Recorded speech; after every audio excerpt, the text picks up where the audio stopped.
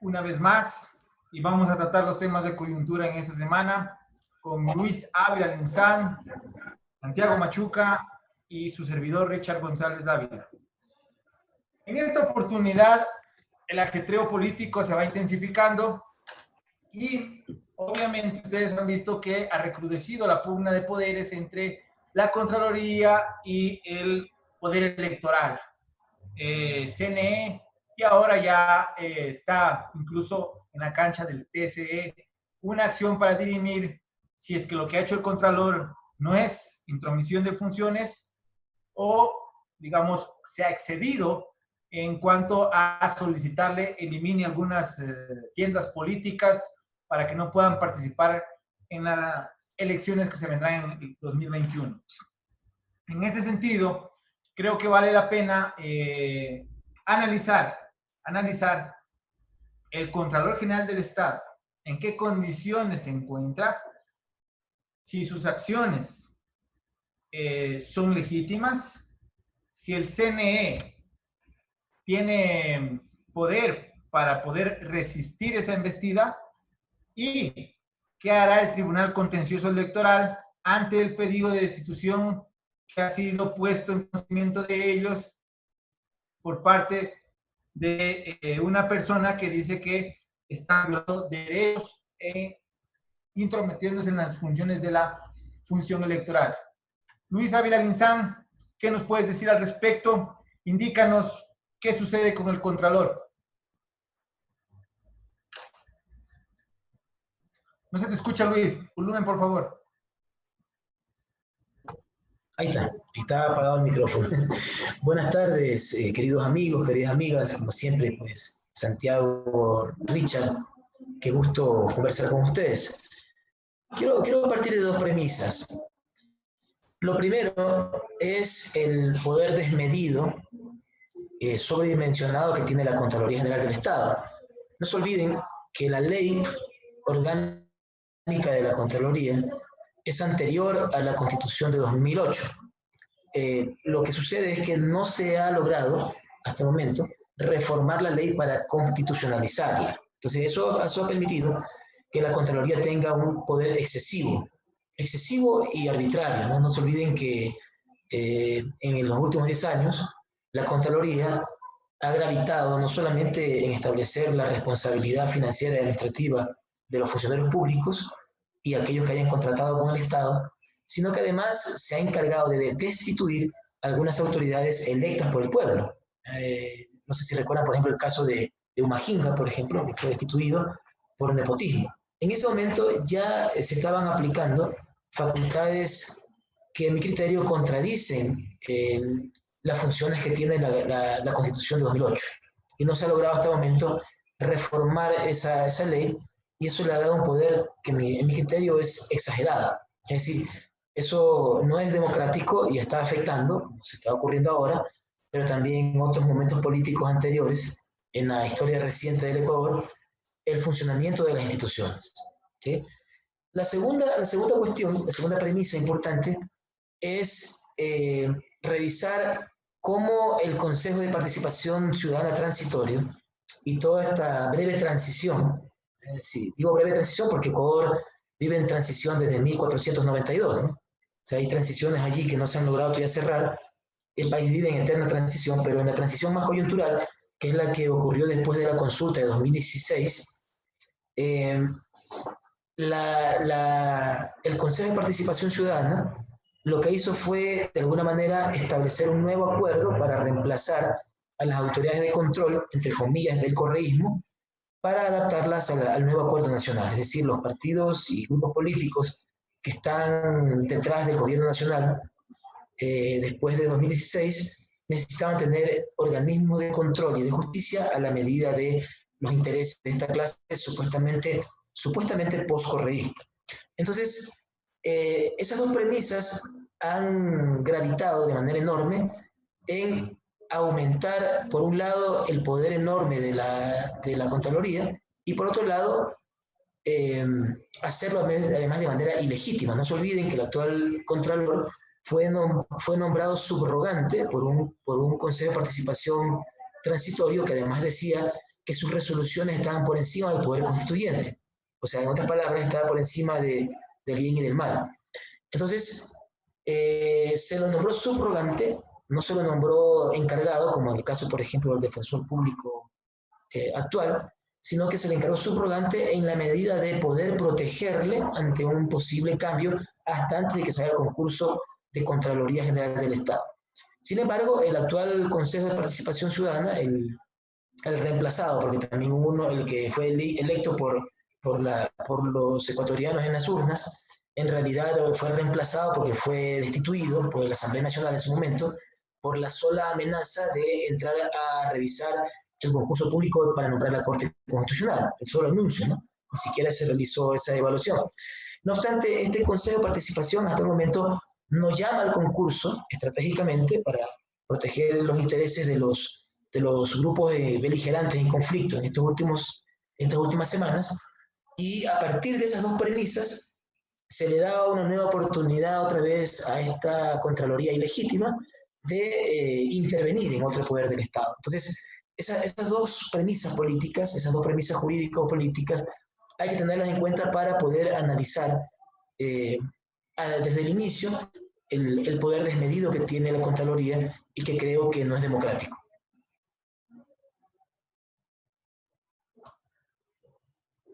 Gracias, Luis. El micrófono. Gracias, Luis. Santiago, bueno, yo aquí te quiero hacer una consulta sobre la base de lo siguiente. La Constitución de la República únicamente permite ocupar un cargo público luego de un concurso de méritos y oposición. En el caso del Contralor también exige aquello.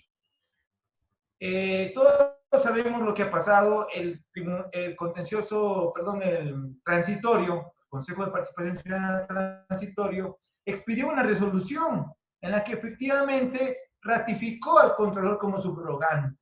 Significa que tenemos un Contralor subrogante, pero ¿cuándo tendremos un Contralor titular? ¿Puede en este momento nombrar un Contralor titular el Consejo de Participación Ciudadana? 2.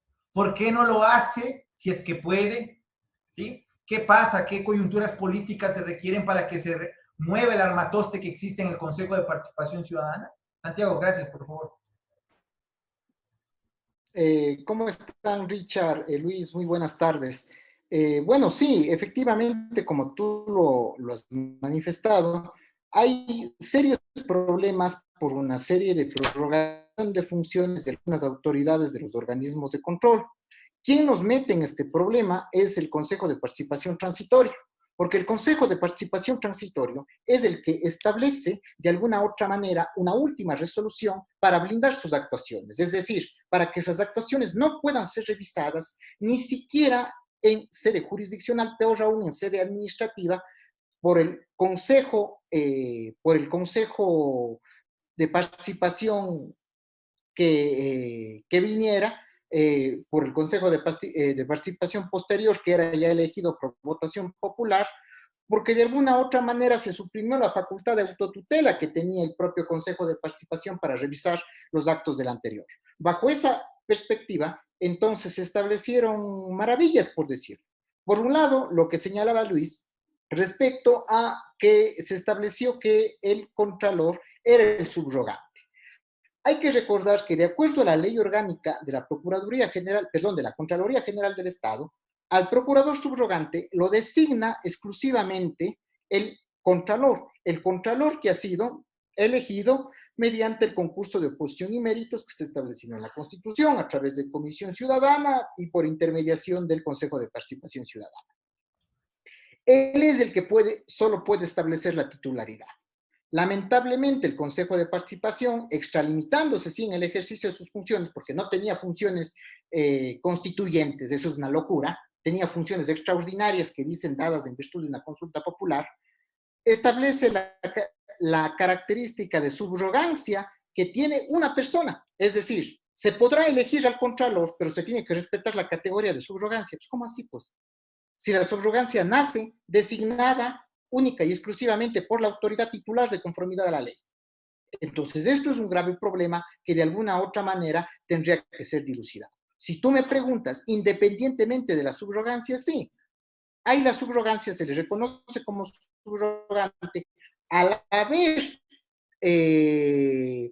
ausencia del titular, obviamente va a estar titularizado el subrogante. Pero cuando ya se dio un concurso de oposición y méritos y se designa al titular de la Contraloría, él es el autónomo para poder designar otro subrogante, porque si no, qué chiste, pues le dejo a este señor hasta el fin de los tiempos como subrogante. Segunda situación, lo que hablaba Luis del defensor público. Aquí, en cambio, también, defensor público que no sabemos de dónde salió, se le ocurrió de la noche a la mañana al señor Trujillo y a sus acólitos, a sus dos de sus acólitos y al secretario, porque el secretario, exsecretario del Consejo de Participación, vas a ver a lo que me estoy refiriendo, el exsecretario del Consejo de Participación, de alguna otra manera, hicieron aparecer un nombre que ni siquiera estaba en la carrera fiscal, que ni siquiera debió ocupar, de acuerdo a lo que dice el Código Orgánico, la subrogancia, destituyeron al titular y pusieron a una persona que no podrá ser reemplazada hasta que se dé el concurso de oposición y méritos. Segunda situación, los dos vocales de los dos jueces del Tribunal Contencioso Electoral,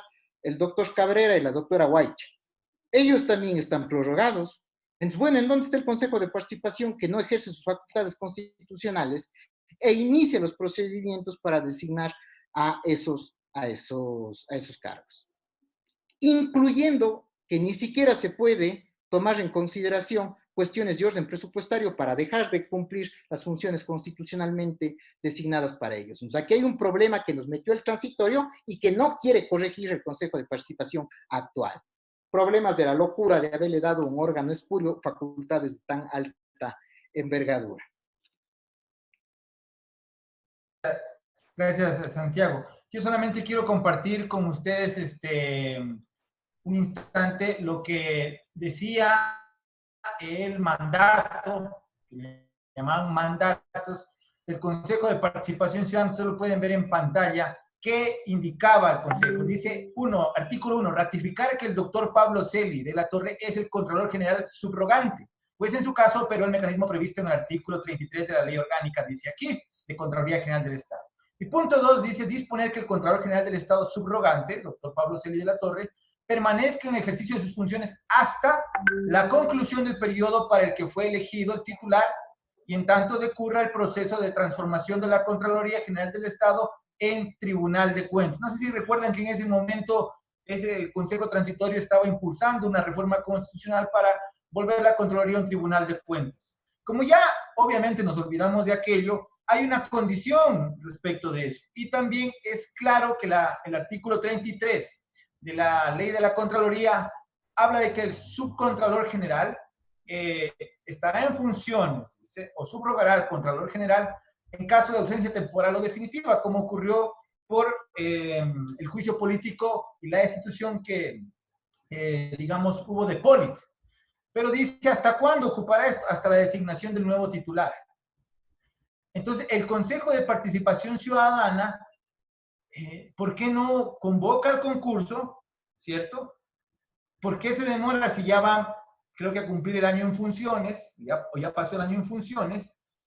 ¿Qué está esperando? Si están arguyendo, y yo he visto en redes que algunos consejeros dicen que no les deja hacer nada porque el Consejo de Participación Ciudadana Transitorio dejó blindando todo. Eso es mentira, como acabamos de ver. Entonces, en ese contexto, cabe decir, ¿a dónde va la institucionalidad? ¿Quién va a fiscalizar, por ejemplo, los contratos que públicamente se han dicho que hay que revisar? ¿Qué hace Pablo Celi de la Torre? No hay ni subcontralor para que revise eso, ni hay persona que revise eso. Los contratos con el señor Salcedo, por ejemplo. ¿Quién va a auditar eso? Entonces, parece que la Contraloría tampoco tiene contrapesos de acuerdo al diseño constitucional anterior. De eso tiene que darnos cuenta el Consejo de Participación Ciudadana, si no está sobrando. Bueno, como siguiente parte de la misma dinámica, en la pugna está en el contencioso electoral ya una petición de destitución de Celi. ¿Qué ocurre o qué se vislumbra en el contencioso electoral? Por favor, Luis, ¿nos puede explicar cómo ves este proceso allá, tanto jurídica como políticamente? teniendo en cuenta que hay dos jueces, como dijo Santiago, que hemos reclamado públicamente, que están puestos, digamos, con anuencia del statu quo, ¿y qué independencia podrían mostrar aquello? En ese contexto, al juzgar al Contralor, que también está, digamos, por así decirlo, extrañamente sentado en sus funciones. Bueno, esto que está pasando en los últimos días se parece a ese juego que se hace siempre en las fiestas infantiles, ¿no? Que es ese juego con las sillas, ¿no? Y que se ponen varias personas a bailar y van quitando una silla para ver quién se queda fuera, ¿ya? Eso está pasando hoy día entre varias instituciones. El Consejo Nacional Electoral haciendo una medición de fuerzas y con apoyo de los socialcristianos y el correísmo, básicamente. Y por otro lado, pues digamos, la Contraloría tratando de moverse, empujada por los, por los designios del gobierno nacional y los aliados que están con ellos, que son Creo, Suma y otros sectores más. Entonces, lo que se está buscando en el fondo es eliminar el registro de partidos que creen ellos, que piensan ellos, que podría ser la plataforma que tiene para poder lanzar los candidatos el correísmo, ¿ya? Porque se entiende que menos Alianza País ahora está cooptado por el morenismo, ¿no? Pues mucha de la gente que hasta hace unos 3 años atrás eh, eran los que aplaudían al líder y que eran incondicionales, pues toda esa gente, pues por razones más de conveniencia política y supervivencia, pues ahora son aliados del gobierno. Porque por supuesto les han dado hospitales, les han dado cuotas de poder y algunos recursos, ¿no? Para poderles mantener tranquilos. Entonces, en medio de todo esto, pues por un lado está el CNE, que alega que de alguna manera al haberse iniciado el proceso electoral, pues ellos son la máxima autoridad, aun cuando algunas disposiciones del Código de la Democracia establecen que el periodo eleccionario se realiza cuando se convoca directamente ya a la inscripción de las candidaturas, ¿no? Eso todavía estaría en veremos. No obstante, lo que se ha invocado es la intromisión de una institución respecto del poder electoral, y es lo que se ha planteado ante el Tribunal Contencioso Electoral. Entonces, aquí en este contexto, lo que se ha hecho es invitar al baile a una nueva pareja, ¿no? O sea, mientras al baile solamente estaban invitados inicialmente el CNE y con la presidenta a la cabeza, la señora Tamay, y por otro lado el Contralor General en esa disputa, mientras unos le dicen que tienen 30 días para justificarse si no van a ser destituidos. Ojo, ¿no? Solo la mayoría que votó respecto del informe de Contraloría que estaba diciendo que hubo irregularidades en la conformación de esos partidos, ¿sí? Entonces, esa mayoría opinó de que ya no era el momento procesal para hacer esas apreciaciones y por tal razón, pues, archivaron el pedido. Entonces, eso ahí permite pues, que la Contraloría inicie un proceso de destitución, digamos, de esta mayoría del CNE. Pero por otro lado, ahora el CNE, pues en la siguiente movida, inicia un proceso ante el Tribunal Constitucional Electoral por intromisión de funciones por parte de la Contraloría, siendo la función máxima electoral del Estado ecuatoriano. Entonces, aquí yo veo dos problemas. Bueno, uno que ya lo planteó Santiago, que hay dos integrantes del Tribunal Contencioso Electoral que simplemente están de manera ilegítima en el cargo, lo cual digamos, haría eventualmente que no solo sea ilegítima la decisión de este tribunal, sino que también podría ser nula de alguna manera. Entonces eso podría afectar gravemente este proceso. Y lo segundo, pues que dependerá de cuál es la correlación de fuerzas políticas al interior de este tribunal. No tengo muy claro cuál es el contexto y cuáles son las fuerzas políticas al interior del tribunal para que se pueda saber pues, por dónde va a decantarse este problema. Porque en el fondo, esto no es un problema jurídico, sino eminentemente político. Es decir, que además, en mi criterio, me parece una disputa política bastante absurda, ¿no? Hay alrededor de 18 partidos que fácilmente pueden prestar su tienda política para poder desde allí pues, lanzar las candidaturas correístas, y es un poco lo que se quiere, ¿ya? Es decir, el que se eliminen 3 o 5 partidos, que son partidos que de alguna manera tienen una especie digamos, de posicionamiento en el mercado electoral, no impide que a estas alturas también se pueda alquilar otro partido de los 18 que están por allí pululando y que seguro ahora están negociando con varios sectores para poder alquilar su kiosco y que algunos candidatos del correísmo puedan participar. Es decir, me parece que es un pataleo de ahogado, porque se dan cuenta que lastimosamente para muchos sectores las encuestas no parecen favorecer a los candidatos que serían predilectos del régimen y pareciera que todo esto más bien está beneficiando a una posibilidad de que el correísmo regrese con mayor fuerza. Entonces, me parece que es absurdo y de alguna manera pues el gobierno se está jugando una carta desesperada, me parece innecesariamente y que no necesariamente va a tener éxito para de acuerdo a los intereses particulares que tiene el gobierno y su gente. Gracias, Luis.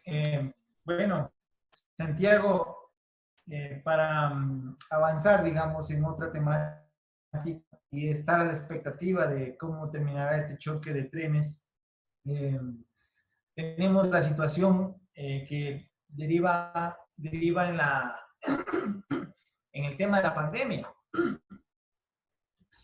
La Corte Constitucional, en uno de los primeros autos de seguimiento que hizo los estados de excepción, pidió información al Ejecutivo sobre cómo se estaba ejecutando este dictamen constitucional. Y fue referente a la salud y a varios otros temas que pidió información. ¿Qué ha pasado sobre qué ha dicho, qué ha sucedido, qué más ha hecho la Corte sobre esto? Ya nos aprestamos a volver. Se indica por parte del alcalde de Quito de que están colapsados los hospitales, se sabe que en algunas otras provincias también está complicado, sin embargo también en noticias se ha conocido que ya se levanta, digamos, en donde no hay, al menos aparte de Quito ya se puede ir a cines y otras reuniones públicas. Cuéntanos, Santiago, ¿qué nos puedes comentar sobre esto?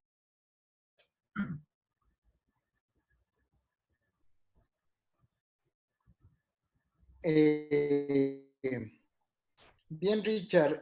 Sí, efectivamente, de alguna otra manera, la Corte, que en algún momento se mostró bastante proactiva en el sentido de, por ejemplo, abrir la fase de seguimiento y verificación del cumplimiento de los dictámenes constitucionales, abrió esa fase de verificación y cumplimiento del primer dictamen de constitucionalidad. Sobre esa base, realizó algunos pedidos a varias instituciones u órganos del Estado. Recuerdo que realizó algunos pedidos de información respecto a la viabilidad de la presentación de garantías jurisdiccionales al Consejo de la Judicatura, situación que de alguna otra manera quedó en el aire cuando se le acusaba al Consejo de la Judicatura que no permitía la presentación de otras garantías distintas al habeas corpus.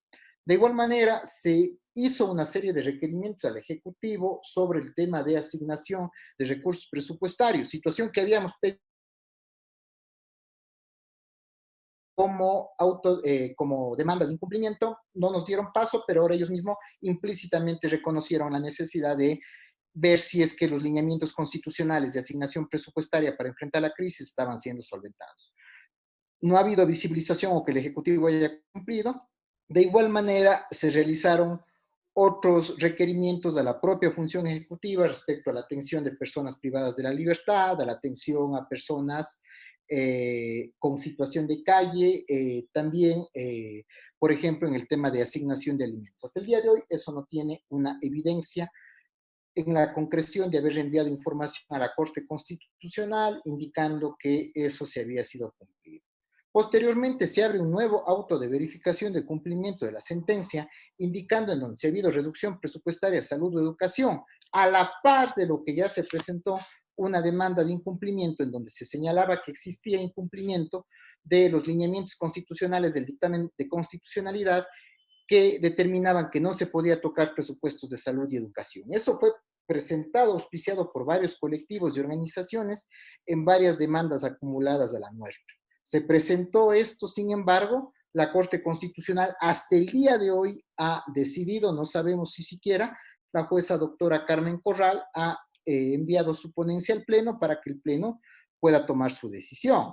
Entiendo también que está pendiente la emisión de un auto de verificación, de un dictamen de constitucionalidad del tercer decreto. Recordemos que hay un tercer decreto de estado de excepción que se cuestiona la vulneración de la temporalidad establecida en la Constitución. Bueno, entonces la Corte como que empezó y ahorita de alguna otra manera se contuvo. Entonces, hay de alguna otra manera, una situación que debería ser visibilizada en este momento para que la Corte pueda dar cumplimiento y avance hacia situaciones que son sumamente necesarias, tomando en consideración el agravamiento de la crisis sanitaria. Lamentablemente las soluciones que nos dan las autoridades administrativas es sálvese quien pueda. Si les falta la respiración, iránse al médico. O sí, estamos colapsados, pero no vamos a regresar a medidas restrictivas. Es lo que nos dice la ministra de Gobierno y el ministro de Salud. Entonces, lamentablemente, frente a esa situación, frente al agravamiento de la crisis, sobre todo ahora en las provincias de la Sierra y en Quito, no hay respuestas por parte del Estado, pero también un vacío de la institucionalidad llamada a responder o a velar por la protección de los derechos, en este caso, que es la materialidad de la Constitución, que en este caso es la Corte Constitucional. Entonces, sí, de alguna otra manera, vemos una situación latente que no se ha solucionado y que va a toparse nuevamente con el agravamiento de la crisis. Gracias, Santiago. Luis, el día de ayer acaban de sacar de la congeladora un caso que se presentó el 10 de octubre del 2019, justo cuando estábamos en manifestaciones. ¿Qué te parece? ¿Cómo ves el asunto respecto de que el juez sustanciador se haya despertado, haya decidido sacar del congelador ese caso y haya dado trámite a la acción de incumplimiento que se solicitó respecto del uso progresivo de la fuerza o del mal uso de la fuerza policial y militar en ese entonces? El micrófono, Luis. Sí, está. Yo veo dos cuestiones allí que habría que considerar. Lo primero es que la Corte se ha convertido en lo que más o menos fue la Corte anterior, una especie de congelador donde se meten los temas que son incómodos para el gobierno de turno. Entonces, a pesar de que en varias ocasiones se ha dicho esta Corte, y de manera particular su presidente, el día que se posicionaron dijo vamos a seguir el orden cronológico de los casos presentados, pues eso en realidad es bastante irreal. En realidad se han seguido los tiempos y el pulso político que dicta el gobierno nacional y la gente que apoya este proceso. Entonces, de acuerdo a eso, pues la Corte ha ido sacando temas o ha ido poniendo en el congelador otros de acuerdo a la dinámica política del momento. O sea, a mí me hubiese gustado que este caso, que era muy importante para poder defender los derechos de los ciudadanos durante el contexto de las protestas de octubre, se hubiese hecho inmediatamente, ¿no? Porque eso hubiese sido radicalmente importante, no solo para salvar vidas, sino también para anteponer a los intentos autoritarios de varios sectores de imponer medidas abiertamente impopulares, pues poner algunas cortapisas, algunos obstáculos para poder salvaguardar la democracia. Y eso no ocurrió. De haber hecho eso la Corte a su tiempo, creo que podría haber evitado algunos conflictos que inclusive vivimos hoy día respecto de la forma como se gestiona lo público. Lo otro es que estoy notando, no sé si es mi idea, pero pareciera como que algunos jueces de la Corte Constitucional están comenzando a crear disidencia, lo cual es bueno, ¿eh? O sea, lastimosamente una de las cosas que se ha impuesto en los últimos años es esa idea de pensar que la disidencia dentro de los organismos colegiados, es decir, los que están conformados por varios integrantes para decidir, es negativo. En realidad todo lo contrario, es decir, es la esencia particular de los organismos colegiados, el que haya disidencia, que haya un bloque de mayoría, un bloque de minoría, o que las decisiones se vayan tomando alternativamente de acuerdo a lo que piensa la mayoría o minoría dentro de ese organismo. Sin embargo, desde hace algún tiempo, y la Corte creo que ha sido afectada por eso, siempre ha sido mal visto cuando hay disidencia, y la Corte actual en muy pocos casos ha mostrado disidencias respecto de lo que se piensa. Y es bastante claro que el lineamiento político de la Corte lo hace directamente el gobierno nacional, eso es bastante evidente, ¿ya? Y por supuesto algunos grupos que tienen representación política dentro de esa Corte, lo cual no es nada del otro mundo. Sin embargo, lo que yo veo es que se está creando una especie de disidencia, es decir, que el día de ayer hayan notificado, a pesar de que es tardío, esta providencia, en este caso de octubre de 2019, creo que va apuntando hacia ese lugar. Es decir, yo estoy viendo que algunos jueces inclusive comienzan a salvar el voto en algunas decisiones importantes, ya sea para aceptar medidas cautelares que se han pedido y que la mayoría ha negado, o ya sea inclusive para iniciar procesos como este. Entonces, eso creo que es positivo, pero también tiene una explicación que conversábamos más temprano con algunos colegas. Y la idea es que las cortes suelen ponerse un poco progresistas cuando se acerca el nuevo régimen. No se olviden que las elecciones están cerca. Es una forma también de acomodarse o de desligarse, digamos, del régimen actual, ¿no? Y un poco preparando el camino para el que viene. ¿Ya? Entonces, esas disidencias son normales, pero en todo caso pueden ser beneficiosas porque pueden dar apertura a varios casos importantes para salvaguardar los derechos de la gente y de alguna manera rescatar la democracia. Me parece positivo en todo caso que haya salido esto, pero también me llama la atención el silencio que tiene la Corte respecto de otros casos que también son importantes. No se olviden, quedaron el tema de salud, aquí un incumplimiento por los lineamientos respecto de las asignaciones de salud, eso quedó en el aire, se le pidió información a las entidades del Estado y hasta ahora no se sabe nada de eso, ni siquiera nos han comunicado siquiera si se ha presentado esa información o no. Está también el tema del recorte inconstitucional que se hizo a la educación superior, de aproximadamente 100 millones. Allí también pues, hay un auto de seguimiento, inclusive de oficio. También se ha pedido información a las autoridades públicas y eso quedaba también en el olvido. Entonces veo yo, todos esos procesos están en el congelador por una mayoría aplastante que no dejaría espacio a estos jueces disidentes. Y por otro lado, una cosa importante, pues, que están surgiendo estas disidencias, lo cual es positivo para la justicia constitucional y para la democracia. Gracias, Luis. La cosa se pone candente, caliente, porque mientras más se acercan elecciones, todos parece que se alborotan, como dices, comienzan a bailar otra música o quieren cambiar de posiciones. Entonces, Santiago, acaba de publicarse ya en el registro oficial el reglamento para concurso de jueces de la Corte Nacional de Justicia. En momentos en que la Corte Nacional de Justicia está llevando adelante procesos de envergadura política o que tienen efecto en las elecciones que se avecinan. ¿Cómo ves que, primero, tengan que reemplazarse o tengan que ya llamarse a concurso para tener jueces nombrados por concurso? Porque recordemos que hay 24 jueces designados como temporales administrando justicia en este momento, en la máxima Corte de Justicia Ordinaria de este país. ¿Hay independencia en esas condiciones? ¿Hasta cuándo estarán? ¿Qué sucede en todo este proceso? ¿Cómo se ven los procesos de recambio de los jueces en la judicatura? Cuéntanos, Santiago.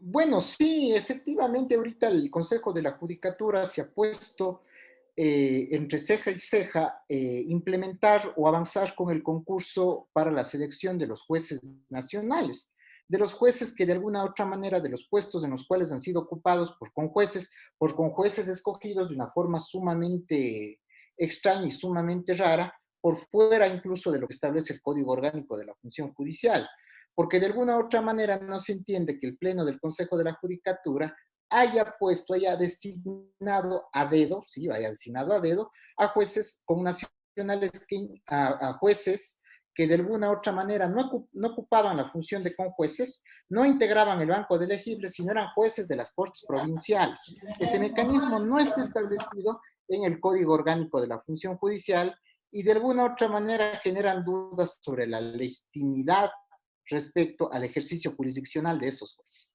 Es necesario que el Consejo de la Judicatura avance en un proceso de designación de jueces de conformidad, como lo dice el Código Orgánico de la Función Judicial.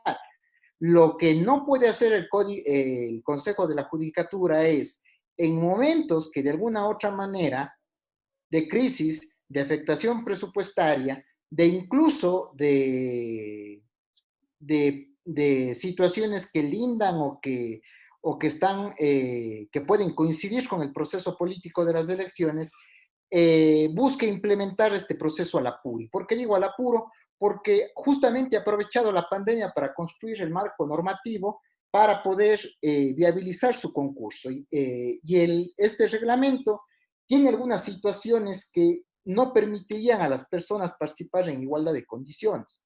Hay situaciones en las cuales se privilegia muchísimo la participación de jueces, sobre todo en el momento de calificar los méritos. Y se privilegia muchísimo a abogados que tengan a abogados en un segundo plano. Primero se privilegia a los jueces, pero se privilegia a abogados que tienen una experiencia en determinada materia. Entonces, de alguna otra manera, no hay una equidad entre una persona que quiera participar y un participante propio de la función judicial o que ya tiene experiencia judicial.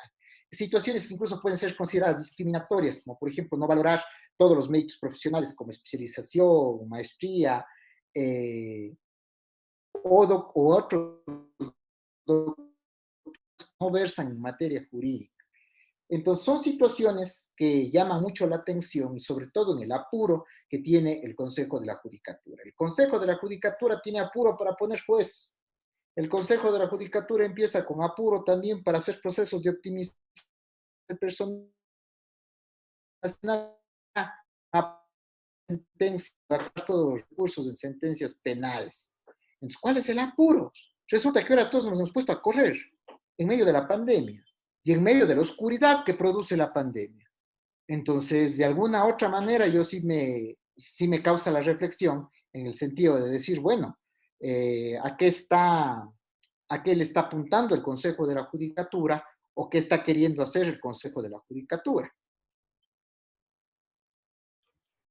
Gracias, Santiago. Luis, en estos apuros también nos han reintegrado a las actividades profesionales. Y una de las cuestiones que te quiero preguntar es, varios colegas han indicado que se han contagiado asistiendo a las audiencias. Se ha dicho que por excepción se realizarán las audiencias vía telemática, porque claro, todos conocemos que este famoso Policom no funciona, no sirve. Esta plataforma en la que estamos nosotros interactuando funciona mejor que el Policom y cualquier otra plataforma, pero el Consejo de la Judicatura simplemente no querrá usarlas, no sé qué contrato tendrá para que no pueda deslindarse del Policom. El hecho es que varias quejas han existido. Y por otra parte, Luis, entonces, en esas condiciones, ¿a dónde debe ir o a dónde debe caminar el ejercicio profesional? ¿O en qué condiciones debe caminar el ejercicio profesional? Si ya vemos que asistiendo a las audiencias pueden producirse contagios, se arriesga la vida de varias personas y con el Policom no funcionamos. Entonces, Luis, ¿qué nos puedes indicar al respecto? Bueno, una cuestión inicial. Miren, cuando comenzó la crisis del coronavirus en Ecuador, el gobierno y muchos sectores, y particularmente el presidente Lenín Moreno, dijo: nos enfrentamos a una crisis global inédita. Es decir, para este problema nadie está preparado. Es un poco lo que dijo el presidente en su momento. Eso es una verdad media, ¿eh? O sea, es decir, un Estado democrático, constitucional, un Estado de Derecho, necesita tener una planificación para las contingencias. Por supuesto, esta contingencia posiblemente nadie se la imaginaba de esa manera y en tal magnitud, pero se ha demostrado que hay países que han afrontado mejor esta pandemia porque justamente han tenido estados fortalecidos, ¿no? Políticas sociales adecuadas y estados que dan respuestas, digamos, a los problemas que se presentan. ¿Eh? Es más o menos como lo que ocurriera en una familia. Es decir, una familia, si se alimenta bien, si tiene buenas, digamos, buenas costumbres de hacer ejercicio, de una vida saludable, posiblemente es mucho más fácil que pueda asumir cualquier enfermedad que venga, ¿no? Entonces, algo así le pasa normalmente a los estados. Y el Estado ecuatoriano ha demostrado que no solamente que las instituciones están en el suelo, sino que la crisis política después del correísmo y después del inicio de este gobierno, con esa transición que habíamos comentado al inicio, pues ha empeorado las cosas. Es decir, hay un Estado sin capacidad de reacción ante lo que pasa, digamos, ante la pandemia global que vive el mundo y Ecuador. ¿Ya? En ese contexto, una parte importante del Estado, que es el Poder Judicial, creo que también ha demostrado que está poco preparado para asumir estos retos, ¿ya? Entonces han intentado de alguna manera solventar de manera emergente y tal vez sin recursos, que es un tema que no se ha discutido.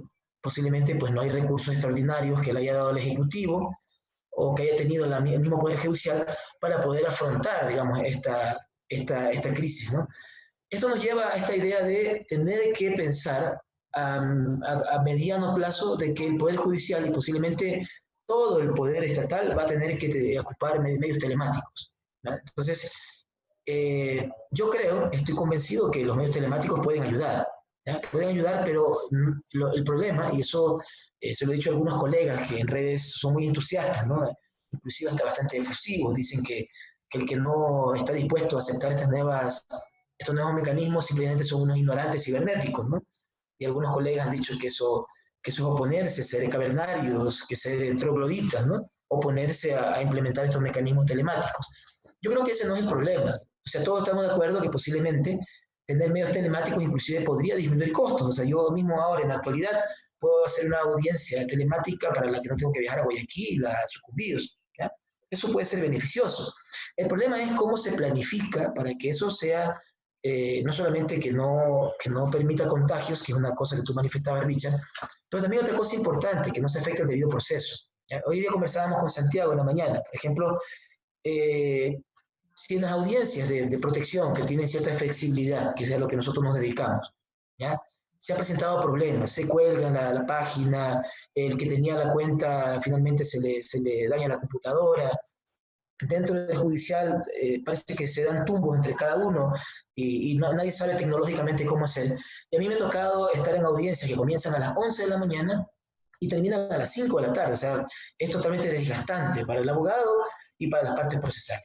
Si eso sucede en procesos que tienen cierta flexibilidad, como los procesos constitucionales, imagínense que se da en un proceso de un juicio penal, ¿ya? Donde inclusive la capacidad de reacción, la capacidad discursiva es importante para que el juez tenga convicción, ¿ya? Entonces, el actuar la prueba por vía telemática en los procesos penales, yo creo que ningún país del mundo está preparado para eso, sinceramente. Y alguna vez yo escuchaba en un evento que tuvieron en Ceja, y ahí hablaban sobre esto hace unos 5 años atrás, ¿ya? Y decían ellos, posiblemente una de las cosas que habría que hacer es que al menos los procesos penales no se puedan llevar por vías telemáticas, porque sería terrible, ¿ya? Sería terrible porque, digamos, se necesita la inmediación procesal en los temas penales, ¿ya? Y posiblemente pensando además que los procesos penales son donde se discute el valor más importante de los seres humanos, después de la vida, que es la libertad, ¿ya? Entonces, si una persona va a discutir ahí su inocencia, ¿ya? Tratar de demostrar que esa persona es inocente, entonces los procesos penales posiblemente nunca van a llegar a ser telemáticos, o sea, posiblemente. Es una de las conclusiones que se tuvo en ese evento de Ceja hace 5 años, ¿ya? Sin embargo, ahora todo se quiere poner en medios telemáticos y allí hay algunas visiones inclusive autoritarias, ¿no? Por ejemplo, los habeas corpus para las personas que están detenidas, desde hace varios años ya se hacen vía telemática, ¿ya? El otro día me tocó asistir a una audiencia de habeas corpus donde las autoridades de la Corte Provincial de la sala de la Corte Provincial de la Tacunga, de Cotopaxi, se fue a deliberar, ¿no? Tuvimos la audiencia que demoró media hora, ¿ya? Con la persona procesada por vía telemática en una sala del Centro de Rehabilitación Social de la Tacunga, ¿ya? Y se retiraron a deliberar 4 horas, ¿ya? Después de 4 horas regresaron para negarnos, por cierto, ¿ya? Esa persona que estaba al otro lado esperando el fallo se quedó dormida, ¿ya? Se quedó dormido esperando que le den el fallo, ¿no? Eso me pareció tan ridículo y tan inhumano, ¿ya? Pero son cosas que se están dando ahora porque me parece que lo telemático también podría evidenciar prácticas autoritarias y discriminatorias. Es decir, es como yo lo he sugerido y algunos sectores han sugerido al Consejo de la Judicatura, tiene que abrirse un proceso donde se involucre a los abogados litigantes, a los colegios de abogados, a las universidades, a los propios judiciales, para poder establecer planificadamente una automatización de la justicia, pero de manera ordenada, respetuosa de los derechos humanos y que sea segura para los usuarios, ¿no? Y también para los litigantes y los servidores de la justicia. Entonces, es un poquito por donde yo quisiera, digamos, que eso se cambiara para que para que tengamos una verdadera justicia telemática, pero respetuosa de los derechos humanos.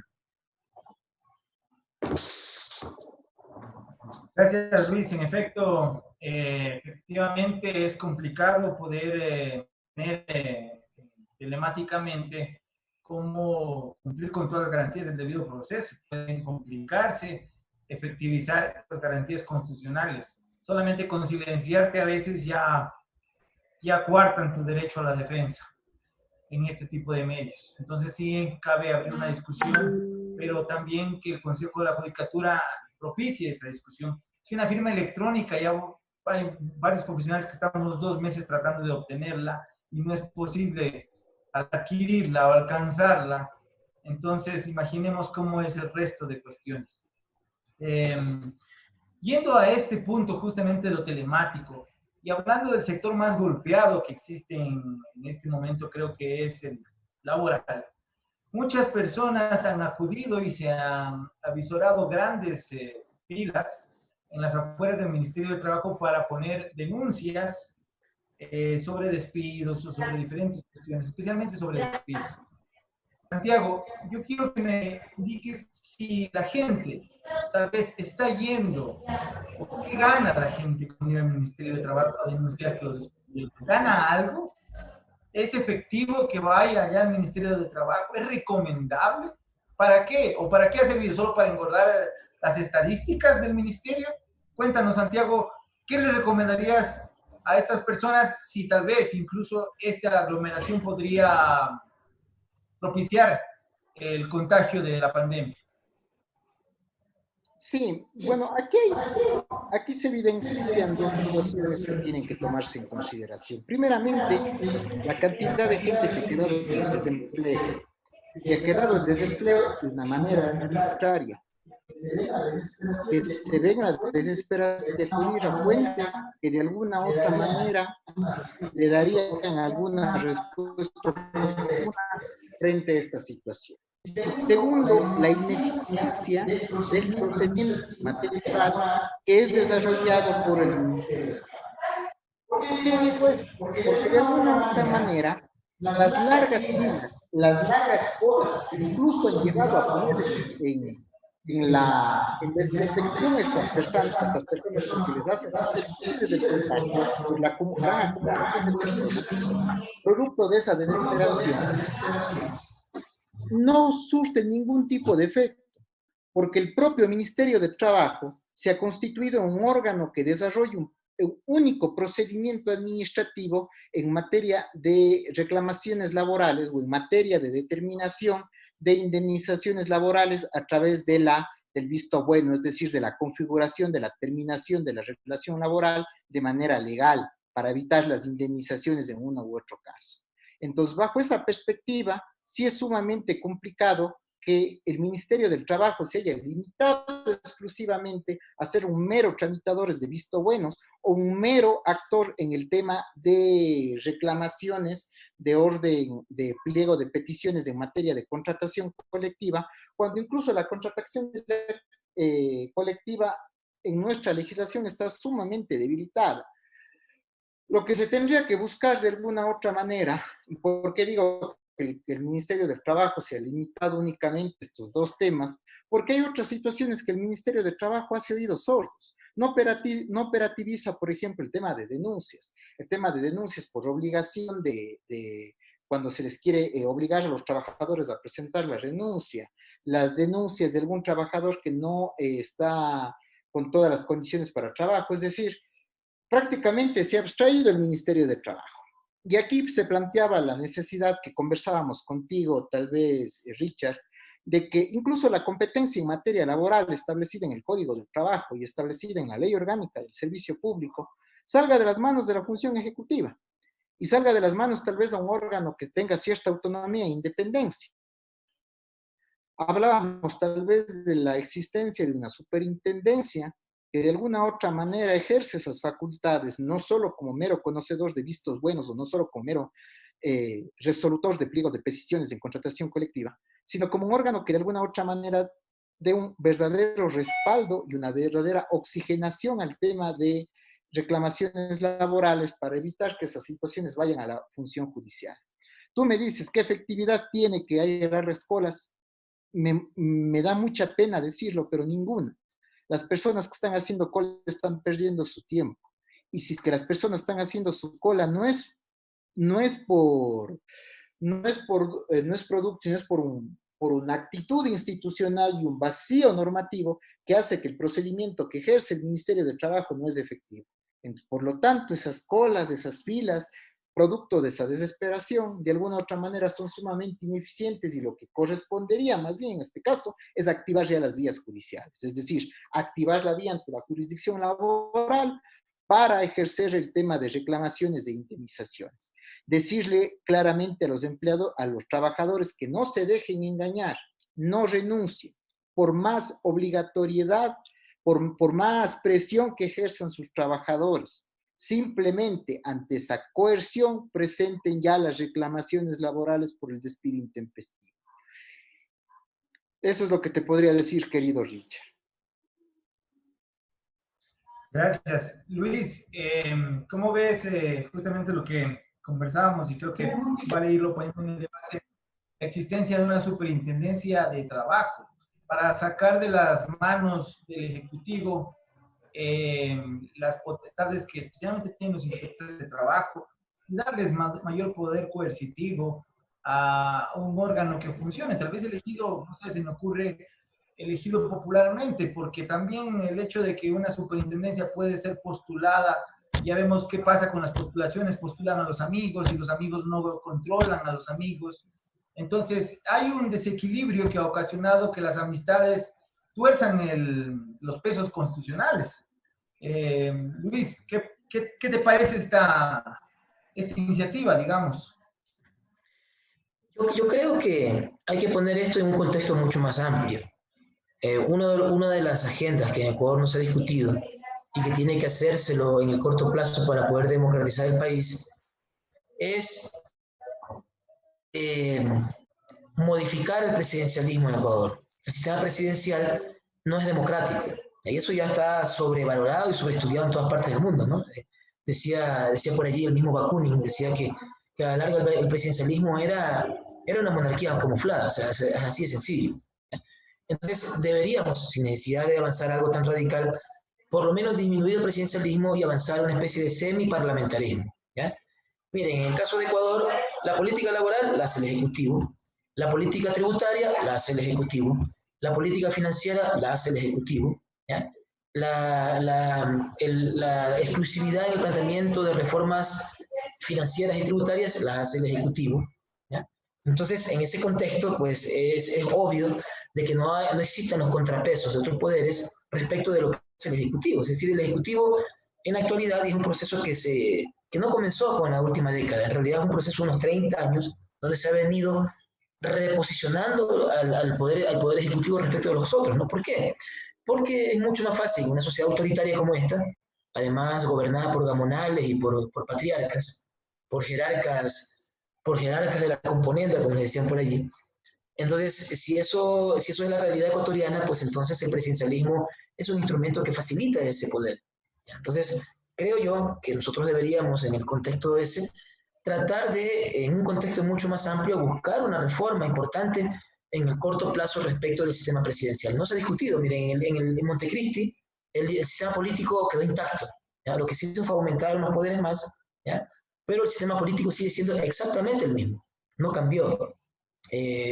Estaba recordando hace un ratito que Nebot, en su negativa esta de querer participar, porque dice él que como lideraba las encuestas más serias, porque me imagino que él considera que hay encuestas serias y encuestas de chistes, ¿no? Pero bueno, pensemos que él decía que encabezaba todas las encuestas y por eso él renuncia, ¿no? Renuncia porque dice que quiere, de alguna manera, pues no considera que ya es su momento, ¿ya? Pero él anuncia una cosa que hay que comenzar a tomarle con pinzas, porque creo que es la agenda oligárquica de aquí a unas pocas semanas. Es la convocatoria a una nueva consulta popular, ¿ya? No dice para qué. Entiendo que es para democratizar, que es para institucionalizar, pero esas son palabras que siempre se utilizan para una cuestión muy puntual, que es acomodar las autoridades de control y de justicia para el gobierno que viene. Es decir, el gobierno que venga, muy posiblemente piense una consulta popular o una asamblea constituyente, supuestamente para democratizar e institucionalizar, pero en realidad lo que va a ocurrir es cambiar las autoridades de justicia y de control ajustadas un poco al nuevo acuerdo político que se viene en el corto plazo. Entonces, si nosotros vemos el problema que plantea Richard, que plantea Santiago respecto de esta superintendencia, creo que hay que ubicarlo en ese contexto más amplio. Es decir, no ganaríamos mucho haciendo una superintendencia para los trabajadores, que me parece una muy buena idea, si no modificamos la estructura general de preeminencia del Poder Ejecutivo respecto de los demás. ¿Ya? Es decir, tendríamos una superintendencia, pero el Ejecutivo seguirá con la política remunerativa, financiera, tributaria y económica del país. Es decir, eso hay que democratizar, hay que volver a esta lógica que teníamos en los años 80 de los consejos, ¿ya? Que posiblemente no funcionaron bien, o tal vez funcionaron bien y por eso los instituyeron, ¿no? Entonces, es un poquito lo que yo quería plantear. Es decir, hay que pensar este tipo de instituciones en ese contexto mucho más amplio. ¿Ya? Si no, nosotros no democratizamos el poder, tampoco podemos tener estos nuevos mecanismos que son muy buenos para proteger a quienes deben proteger, y no al poder, sino a los trabajadores. Gracias, Luis. Les quiero plantear varias consultas populares, como tú dices, se han hecho, se han anunciado, pero hasta el día de hoy, no sé, en la historia del país, creo que no hay una propuesta desde la ciudadanía. Y las que se han intentado han sido apagadas en los tribunales, en la Corte, en este caso, constitucional, desde que existe la Constitución de 2008. En ese escenario, ustedes, con la aproximación de elecciones, ¿será la consulta popular planteada por Nebot desde la ciudadanía la primera consulta popular que se realice en este contexto? ¿O creen que la Corte Constitucional diga no, no pasa y les esgrima un poco de argumentos que ya sabemos de sobra que se inventa para poder paralizar que la ciudadanía o el movimiento ciudadano se pronuncie? Por favor, Santiago. Bueno, aquí hay que, de alguna otra manera, responderse la pregunta, una consulta popular, ¿para qué? ¿Ya? Ya vivimos varios procesos en los cuales se ha tratado de hacer reforma normativa a través de consulta popular, incluso reforma institucional, y que de alguna u otra manera no han generado algún tipo de solución o han cumplido los objetivos para los cuales fueron implementadas esas consultas populares. Estamos en un momento político de elecciones. Yo creo que plantear una consulta popular es un poco descabellado, un elemento distractor que haría que la gente se pierda del momento de análisis político actual que lleva a las personas ahorita ya a estar valorando por quién votar en las próximas elecciones y a la propia conformación o estructuración de fuerzas. Eso por un lado. Y por otro, ya han sido planteados mecanismos de reforma institucional, y reforma institucional que a través, bien sea de enmienda y bien sea de reforma, que están abiertos en el texto, a través del procedimiento legislativo agravado en la Asamblea, en la Comisión de Enmiendas. Entonces, esas son situaciones que todavía tienen que terminar para pensar en una reforma institucional. Ahí yo soy un poco contradictor del criterio de Luis. Yo creo que uno de los graves problemas que le ha dado a este país es la creación de sistemas híbridos. O se avanza a un punto o se avanza a otro. Es decir, los sistemas híbridos aquí han generado un montón de problemas. Y aquí sí, de alguna otra manera, es la necesidad, si bien de disminuir y establecer un verdadero mecanismo de contrapesos, pero yo sí no estaría pensando en modificar la estructura institucional, sobre todo en el modelo del sistema de gobierno. Aquí sí voy a aplicar el viejo y conocido refrán que más vale malo conocido que bueno por conocer.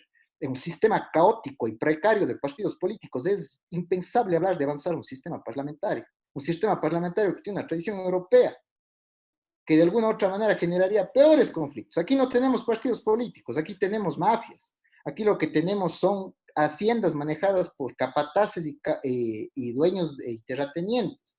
Aquí lo que tenemos son organizaciones que se forman antes de la elección y después desaparecen. No tenemos estructura. Entonces, frente a eso, avanzarnos hacia un diseño institucional, Yo diría que no. Simplemente ahorita lo que se necesita es de alguna otra manera un reacomodo normativo que permita tal vez reformas de ciertos aspectos como en materia laboral, en materia de ejecución de política, pero avanzar a un tema institucional, yo sí le veo mucho riesgo, a menos que no sea a través de un ejercicio de un proceso constituyente cuando el escenario político se calme. Eh, bueno, llegar a una reforma precisamente lo que se ha planteado por parte del exalcalde de Nebot.